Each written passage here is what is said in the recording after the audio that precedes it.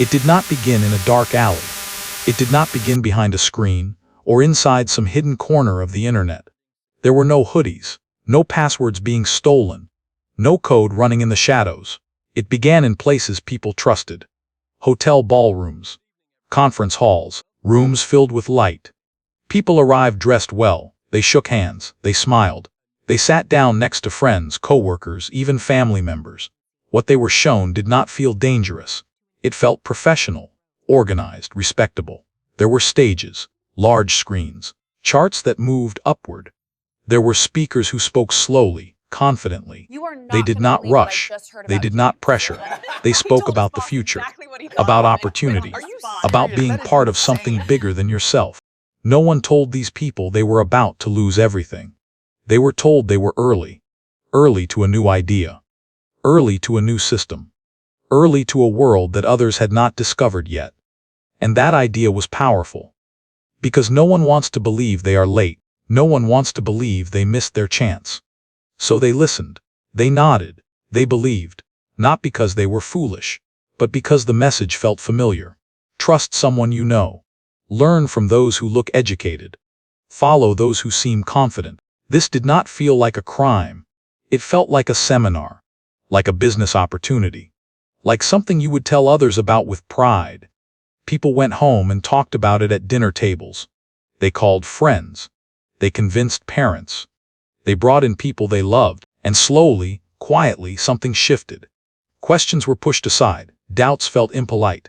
Skepticism felt unnecessary. After all, nothing bad had happened yet. The rooms were still full. The speakers were still smiling. The numbers were still going up.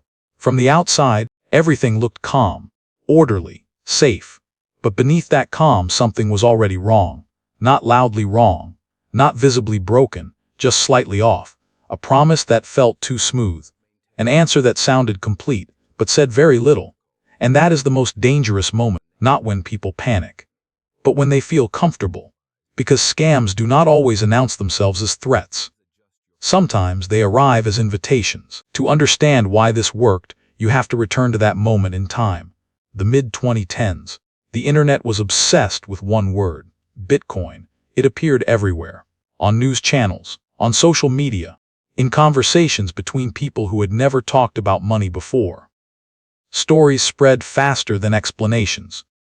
A college student who bought early. A programmer who quit his job. A stranger who turned a few dollars into a fortune. For most people, the technology itself was confusing. They did not understand blockchain. They did not understand mining. They did not understand wallets or keys. But they understood one thing. Others were getting rich. And that was enough. Psychologists call this fear of missing out. The feeling that something important is happening, and everyone else knows about it except you. It creates anxiety.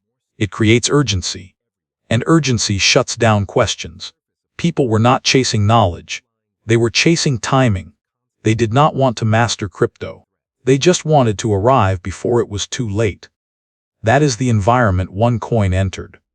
A world already overwhelmed by new technology. A world where asking too many questions made you feel slow. When someone said this is complicated, but trust us, people felt relief. Because trust is easier than understanding. Especially when life already feels unstable. When wages are flat. When the future feels uncertain. Crypto was not just money. It was hope. Hope that the system could be beaten. Hope that ordinary people could finally win. And when hope meets confusion, something dangerous happens. People stop checking. They stop verifying. They listen to confidence instead of facts. From a behavioral standpoint, this is predictable. The human brain looks for shortcuts when overwhelmed. If something sounds new and powerful, and everyone else seems excited, the safest emotional choice feels like joining in. Not joining feels like being left behind. So when OneCoin promised a simpler path, it felt comforting. No complex explanations, no intimidating technology, just a story that made sense, a story people wanted to believe. And in that moment, the scam did not feel like a scam at all. It felt like an answer. At the center of everything was not a machine, not an algorithm, not a piece of code. It was a woman. She did not look like a criminal. She did not behave like one. She stood in front of crowds, calm and composed. Her posture was confident. And that Her is why voice I was stand measured, before you almost today, academic. filled She with the spoke hope like someone that who we had can nothing to overcome hide. these challenges Expensive together. dresses, professional styling, a presence that filled the room without effort. When she walked onto a stage, people listened, not because they understood what she was saying, but because she sounded like she knew exactly what she was doing. This is something psychologists understand very well.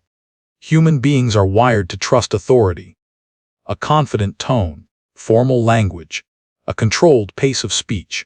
These signals tell the brain one simple thing: this person is safe to follow.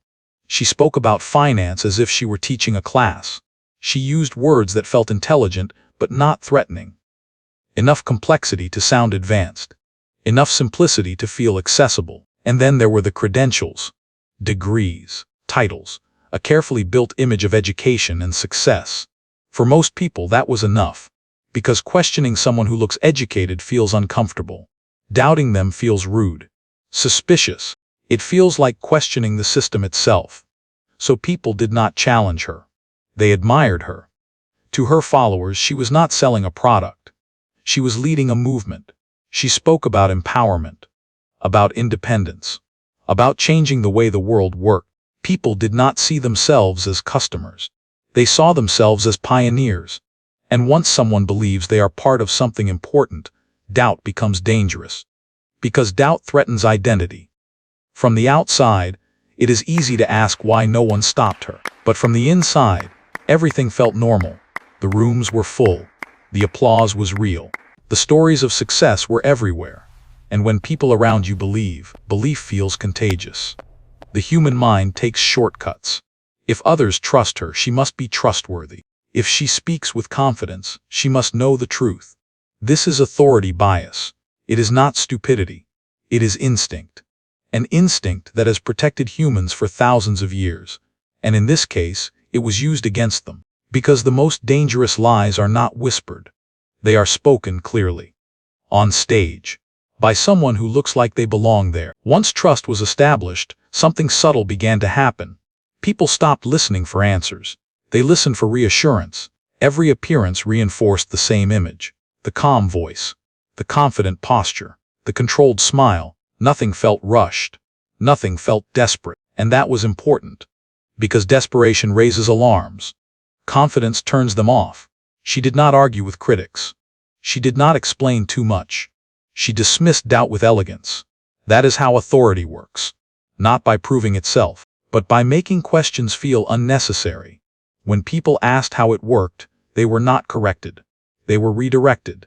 They were told the technology was too advanced, too complex for outsiders, still being refined. And strangely, that explanation felt reasonable. Because when someone with credentials tells you something is complicated, you assume the complexity is your fault, not theirs. This is where authority bias becomes powerful. The more educated someone appears, the more responsibility we place on ourselves to understand them. If we do not understand, we assume we are missing something. So people stayed quiet. They nodded. They wrote notes. They repeated phrases they had heard on stage. Soon, those phrases became part of their own language. And once people begin explaining an idea to others, belief deepens. From a psychological perspective, this is a point of no return. When a person teaches a belief, they are no longer just believing it, they are protecting it. Questioning the leader now feels like questioning yourself. It feels like admitting you were wrong in front of everyone you convinced. So the mind defends the image. Small doubts are reframed as misunderstandings. Warnings are labeled jealousy. Critics are dismissed as people who missed their chance. Inside the movement, this feels like loyalty. Outside, it looks like blindness. But blindness is rarely intentional. It grows slowly, inside trust. The leader continues to speak. The audience continues to applaud. And each event feels like proof that everything is fine.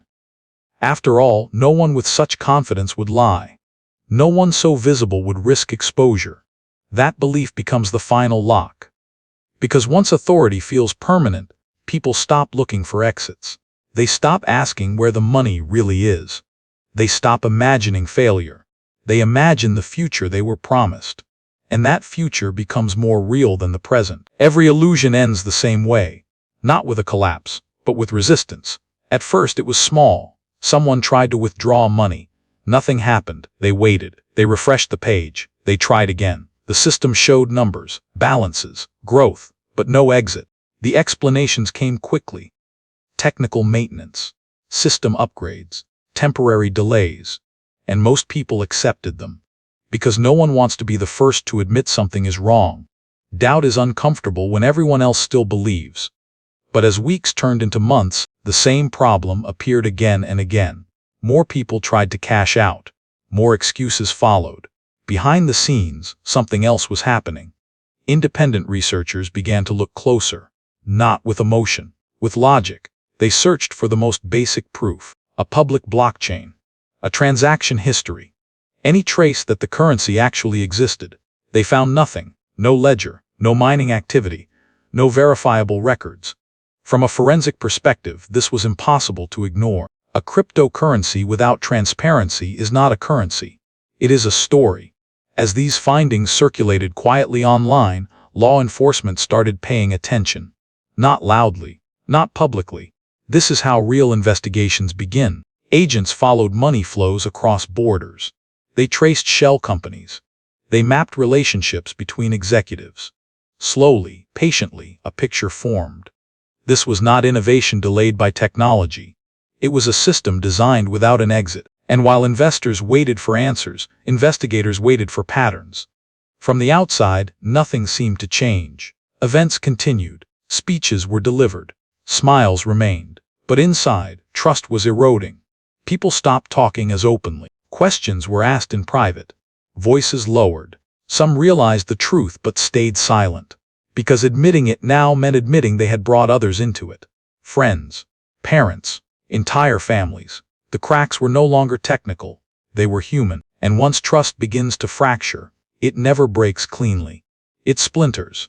Quietly. Painfully. While the public still debated, law enforcement had already reached a conclusion. This was not a mistake. It was an illusion built to last just long enough. Then, without warning, the center disappeared. No announcement. No explanation. One day the familiar faces were still there. The next, they were gone. Offices closed. Events were canceled. Websites stopped updating. Phone numbers no longer worked. Emails were never answered. For many people, this was the moment everything became real. Not when the money slowed. Not when questions appeared. But when silence arrived. Savings were gone. Retirement plans vanished. College funds disappeared overnight. But the deepest losses were not financial. They were personal. Parents who had trusted their children. Friends who had convinced friends. Families divided by blame and regret. Some victims wanted to speak. Most could not. Because shame is heavier than anger. Admitting the loss meant admitting belief. Admitting trust. Admitting they had been wrong. In many cultures, losing money is painful. But losing face is worse. So people stayed quiet. They avoided conversations. They changed the subject. They carried the loss alone. Behind closed doors, arguments began. Marriages fractured. Long friendships ended. Not because of greed, but because trust had been weaponized. There were no villains in these living rooms. Only people who had hoped for something better. And when the person they trusted vanished, there was no one left to blame but themselves. That silence spread. And in that silence, the true damage of the scam revealed itself. Not as headlines, not as numbers, but as empty chairs at dinner tables, and questions no one wanted to ask out loud. At its core, this was never about technology. Technology was only the language. The real engine was human behavior. People often imagine scams as clever tricks or complex systems. But the most effective scams do not rely on complexity. They rely on belonging. OneCoin did not sell a product. It sold a feeling. The feeling of being early. The feeling of being chosen. The feeling of standing on the right side of history. That is how movements begin. They offer identity before evidence. Once people see themselves as part of something bigger, facts become secondary. Doubt feels like betrayal. Questions feel like disloyalty. And trust becomes a currency more valuable than money. From a psychological perspective, This is not unusual. Human beings evolve to survive in groups. We follow leaders. We mirror beliefs. We protect the narratives that give us purpose. Scams that understand this do not need force. They need loyalty. OneCoin built that loyalty carefully, through shared language, shared goal, shared optimism. People did not invest because they were greedy. They invested because they trusted. They trusted friends. They trusted family. They trusted someone who sounded certain in an uncertain world. And once trust is placed, it is defended, even when cracks appear, even when warnings grow louder. Because admitting the truth would mean admitting loss, not just of money, but of meaning. In the end, OneCoin did not collapse because people stopped believing. It collapsed because reality could no longer be hidden. But the pattern remains. Scams will continue to evolve. They will change names. They will change technologies.